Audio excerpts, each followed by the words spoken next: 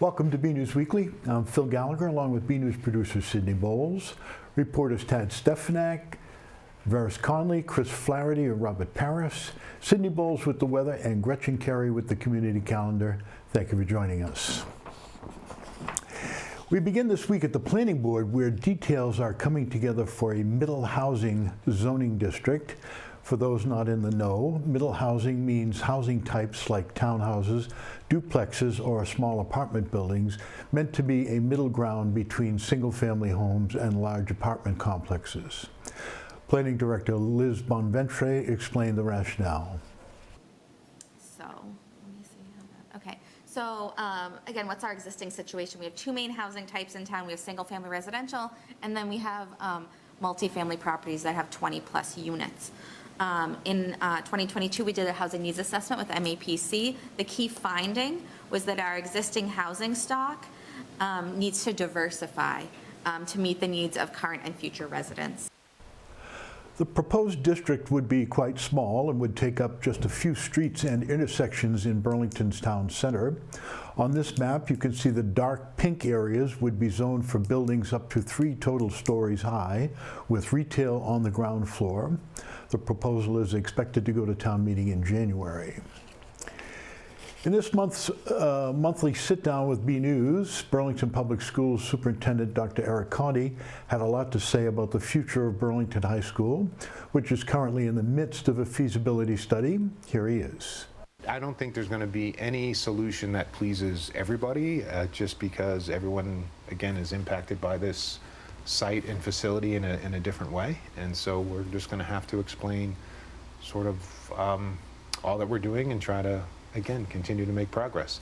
I think one thing that can happen is we can't stay still. So so again, that's the hard part. The only way out is through. The only way forward is forward. I don't know what the expression is. I don't know, but we still have to have these conversations. At some point, there will be significant parts of this building that will fail, and we're trying to, make sure that it's not just a survival mode. I mean, we want students to thrive here. We want this to be a facility that's celebrated, that matches the dynamic of this community. And Burlington is always growing. It's always forward thinking. It's always sort of, I think, pushing ahead, and that's what the high school should be. You can catch the full interview on our website at bcattv.org.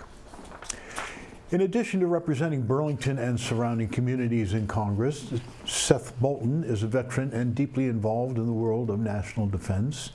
He visited the district recently to talk about it, and Tad Stefanak has the story. So the Congressman is on his way, but the Middlesex 3 Coalition recently held a roundtable discussion on national defense with Congressman Seth Moulton, who sits on the House Armed Service Committee on strategic competition between the U.S. and China. Taking place at Northeastern University Innovation Campus, there were tours of the facility and vendors on hand with information. We just came out of an election. We never really heard much about national security issues at all. If we did hear about them, they had much more to do with what's going on in Israel or maybe what's going on in Ukraine. But really nobody talked about China. And yet I think this is the most important problem that the United States of America faces today, and I would argue it's probably the most important problem that the world faces, because a war with China could literally be World War III. Industry leaders engaged the congressman with questions and comments. Can you talk a little bit about how strategic cyber or non-kinetic effects may play a role?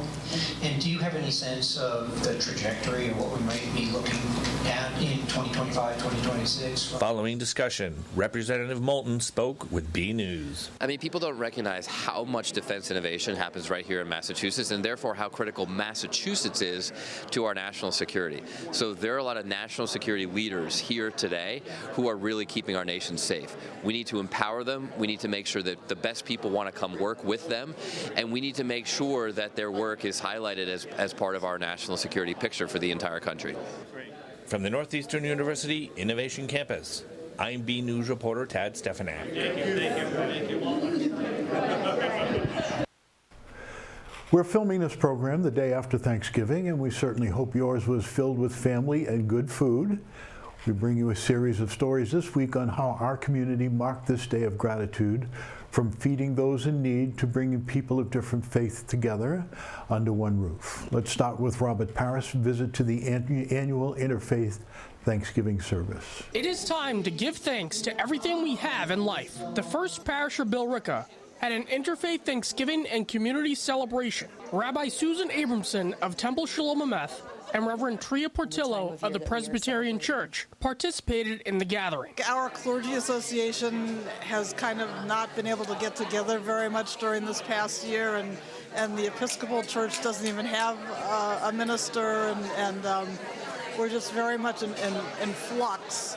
So I'm a member of the Billerica Clergy Association as well as the Burlington Clergy, so we just decided why not join forces and just have an inter-community event this year. I also spoke with Reverend Steve Wilson from the First Parish of Billerica, who welcomed the members from the Burlington clergies with open arms to the Thanksgiving worship service. We do a lot of stuff together as interfaith clergy. We celebrate Juneteenth. We do, there's a Thanksgiving dinner just down the street at the Congregational Church.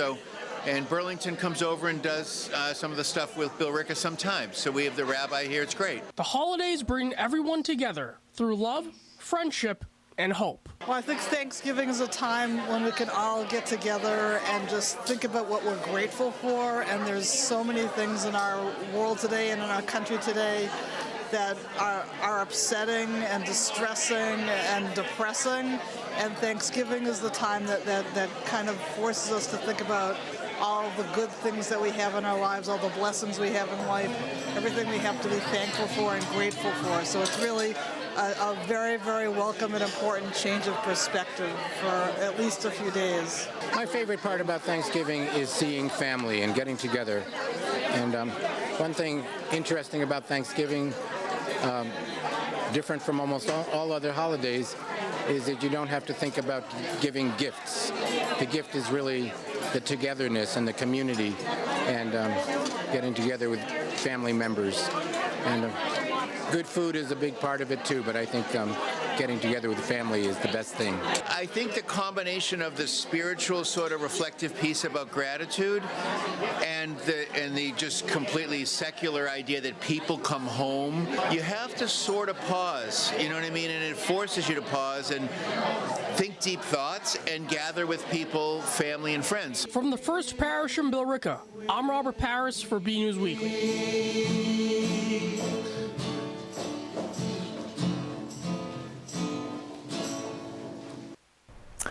And now to the American Legion Post 273, where the Middlesex Deputy Sheriff's Association worked hard to make Thanksgiving Day for veterans.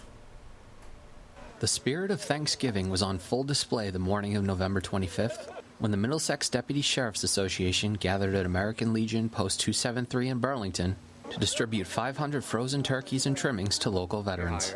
This is the 8th year the association has distributed the turkeys, which are donated by the Manolis family. They wanted to give back to the American veteran for what they've given to this country for their service. So they're generous enough to give us 500 turkeys every year. Very, very, very generous people, very humble people, and they really appreciate what veterans have done for this country, and that's why we do it today. This is a great event that the Middlesex County Deputy Association does in conjunction with the Middlesex Sheriff's Office. We're happy to support this volunteer organization, really donating 500 turkeys from the Manolis family to veterans who are in need and being able to provide a meal for them that they otherwise would not be able to have. A volunteer organization, the Deputy Sheriff's Association assists the Middlesex Sheriff's Office with their work in the community. And this is a perfect example of how they assist the Middlesex Sheriff's Office. They're a volunteer organization. All the individuals here today are on their own time, donating their time to help other individuals. And that's what the organization does year-round, not just here today, right before Thanksgiving, but year-round. They host many events where they're helping children, veterans, and a whole host of other community groups, be it clothing drives, toy drives, Easter time. That's how they help the Middlesex Sheriff's Office. They be able to transform our mission at the Middlesex Sheriff's Office out into the community. It's amazing. I mean, putting this stuff together for veterans and making sure that they get something to eat on Thanksgiving is giving it back to the community and giving it back to veterans who well deserve it. In the spirit of the season, the Middlesex Sheriff's Office and the Deputy Sheriff's Association remind the community the importance of reaching out a helping hand to both veteran and neighbor alike. The Vietnam veterans didn't come home to what the veterans are coming home to now, their appreciation for their service to the country. And we want to make sure that the Vietnam veterans, or the veterans coming home today, aren't treated like the Vietnam veterans were back in the day. So we'd like to make sure that they're felt appreciated. It's good to be out here on a day just slugging those heavy turkeys, frozen turkeys and meals for individuals. But that's the message we want to get across, is that we're all in this together, and it's great that we can help each other out. Until next time, this is Chris Flaherty for BNews, wishing you a happy Thanksgiving. Of course, it wouldn't be Thanksgiving without helping people's annual ingathering, where they prepare to distribute Thanksgiving supplies to families in need. Sydney Bowles has more. Volunteers gathered at the United Church of Christ to organize pantry items and bag up vegetables for distribution ahead of Thanksgiving. So we are doing a food drive for our Thanksgiving distribution, which is happening tomorrow, Sunday. So we have about 180 families signed up to receive a turkey and all the canned and boxed, non-perishable goods like stuffing, cranberry sauce, gravy, all of that. And they're also getting fresh potatoes, carrots, onions, and green beans. So we have a whole crew here that's bagging up fresh produce. They're bagging up bread. We're giving them rolls. The Cub Scouts are at Shaw's right now collecting pies. So we were kind of bringing it all together. And then tomorrow we will hand out 180 meals to families in Burlington. The event has been a staple at the UCC for many years. This predates me by many years. I think my predecessor 2 ministers ago here at UCC Burlington was instrumental in starting this ingathering and in starting People Helping People. And for many years, we've been the site where people can come and do their Thanksgiving shopping. We call it shopping. It's a food drive. We're donating all the food, but it's important to us that people have a sense of dignity and respect, so they can come in, they pick the things they want, they pick the things they like. We help bag it up and package it up for them. We also do deliveries for people who can't leave their house, so it really is a blessing to us to be able to use our church space to serve our neighbors in that way. I have been helping coordinate this effort for over 10 years now, and I keep doing it because the distribution day is my favorite day of the year, because I get to share with my neighbors, and I see the community come together to help other people, and we're always filled with joy, and we get to help these folks walk through and pick out their meal, and we get to have one-on-one conversations with them, and it's really lovely. And it makes me, I have so much gratitude for what I've been given, and how blessed I've been. And so it feels really good to know that when I'm sitting down for my Thanksgiving meal, that my neighbors have that Thanksgiving meal too. With Thanksgiving wishes, I'm Sydney Bowles. Well, if you're still full of turkey and had a couple of naps and enough football, and you could use a little movement, maybe this next story will give you the inspiration you need. Sydney Bowles has more. It was a cold and rainy morning in Burlington as runners gathered for the annual Parks and Recreation Turkey Trot. They did not let the rain dampen their spirits. Yes, it's pouring outside. It's supposed to stop shortly after the race, but you know what? Had I not run the race, the rest of the day I'd be saying, oh, I could have got out here, but it's too late. And I'm sure many people would have been saying the same thing too. So luckily we all came out here despite the rain. After getting warmed up and getting pumped up, 5, 4, 3. The runners were off.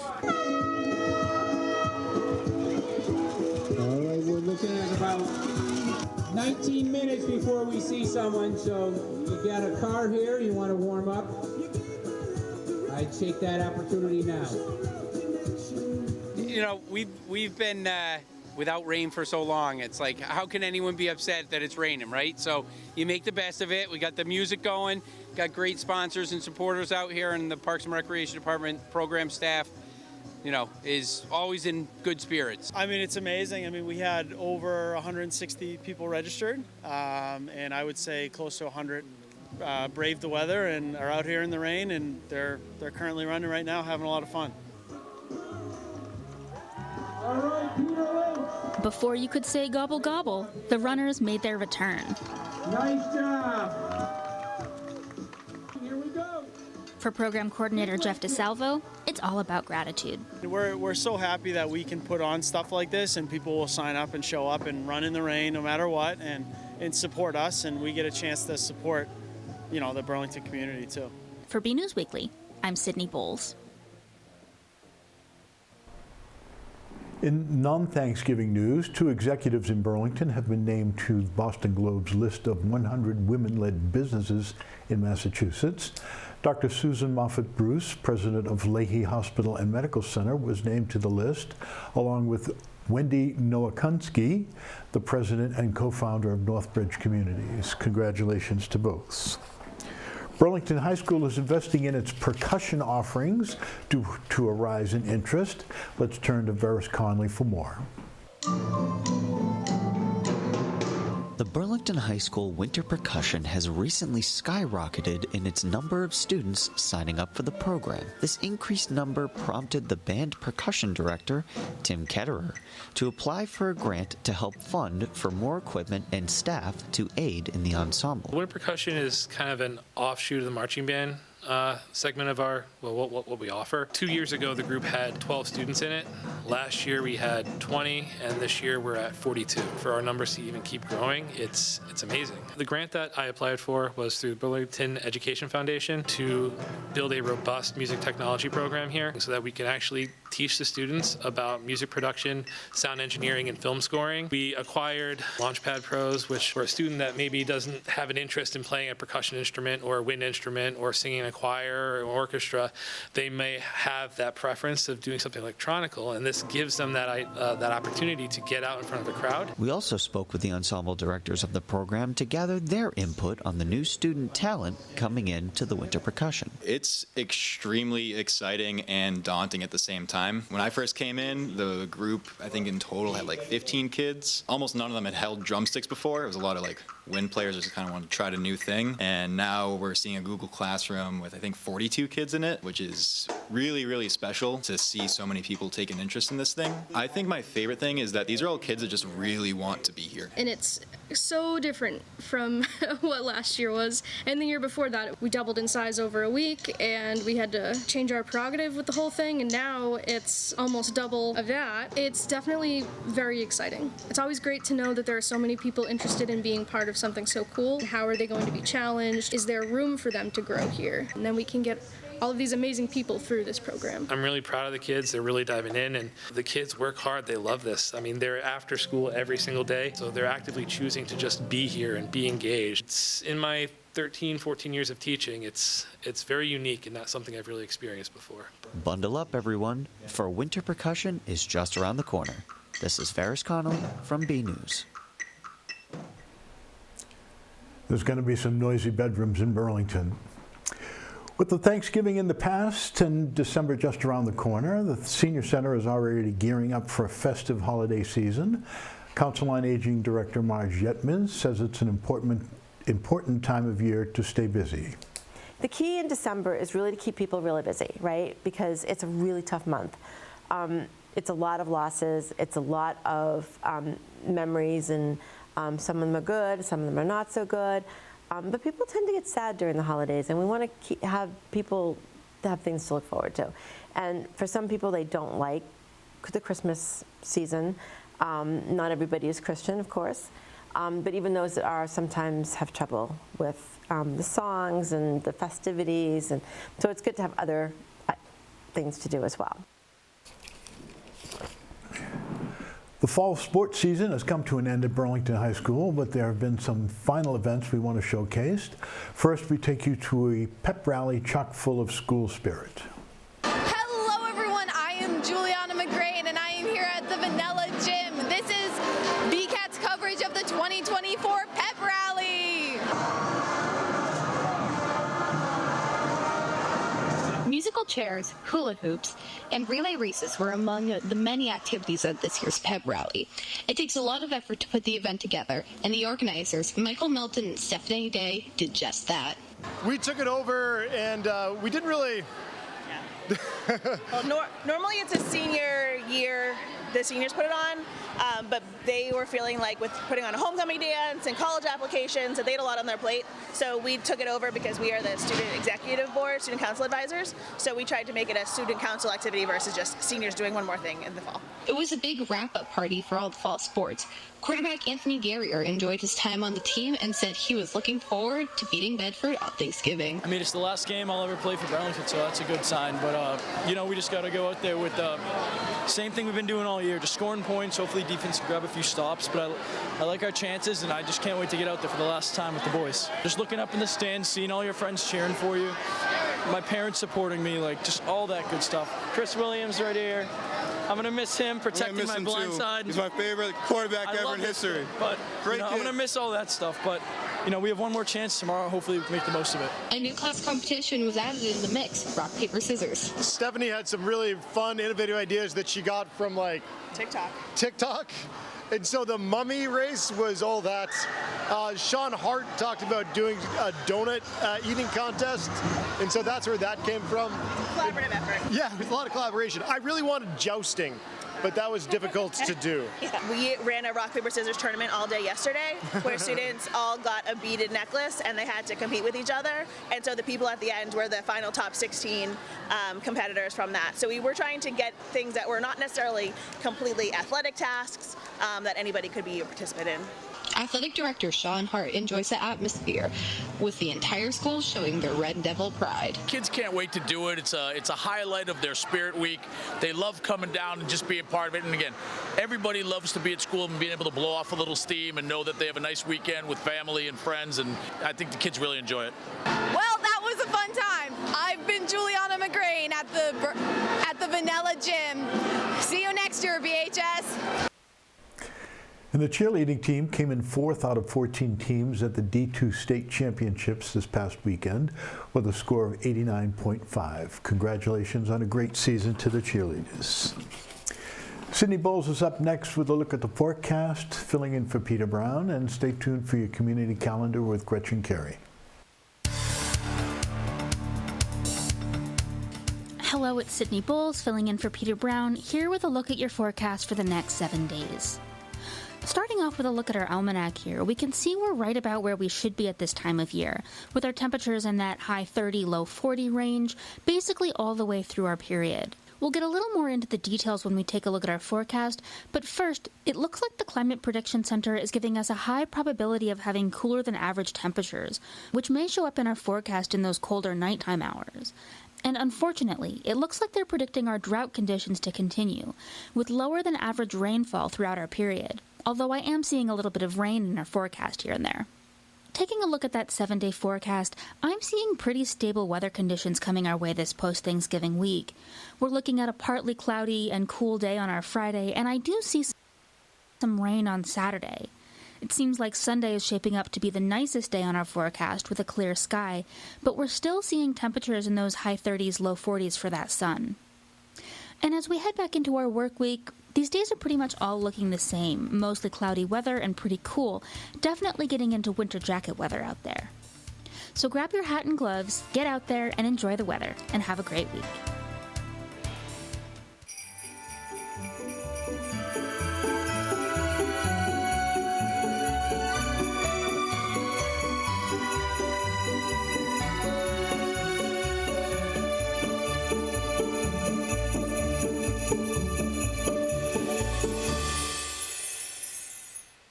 Hey everyone, I'm Gretchen Carey, and this is your Community Calendar. On December 3rd from 4 to 6 p.m., the Burlington Parks and Recreation Department will be having the holiday tree lighting at the Town Common. Everyone is welcome to the event, and it is also free. In case of inclement weather, the event will be held on December 6th. On December 6th, from 6 to 9 p.m., Burlington Women Aid will be having an event called Cocktails for a Cause. For more information and to get tickets, go to our website. On December 13th, from 6 to 7:30 p.m., Santa Claus will be coming to BCAT to take pictures with children of Burlington. Everyone is welcome, and the event is also free. For more community calendar events, go to bcattv.org, burlingtonpubliclibrary.org, and burlingtonrecreation.org. I'm Gretchen Carey, and that was your Community Calendar. And as we do each week, we're finishing up with a photo sent in by a member of the community. Gwyneth McNamee had a photo shoot recently with Zuko, the young recruit over at the police department, and this was one of her photos. Thank you, Gwen. If you have a photo you'd like to see featured here in next week's program, email it to us at bcat@bcattv.org with the subject line Photo of the Week. That's our show for this week. Thank you as always for joining us. If you'll permit me one small indulgence, I'm glad to report that after a brief hiatus, the one and only Santa Claus is stopping by BCAT again this year. On December 13th, you can visit the studio for a televised visit with the big man himself, as well as some of his elves who will join him on the trip from the North Pole. We're excited to host them, and we hope you'll stop by. Details are on our website. I'm Phil Gallagher, and this is BNEWS. See you next week.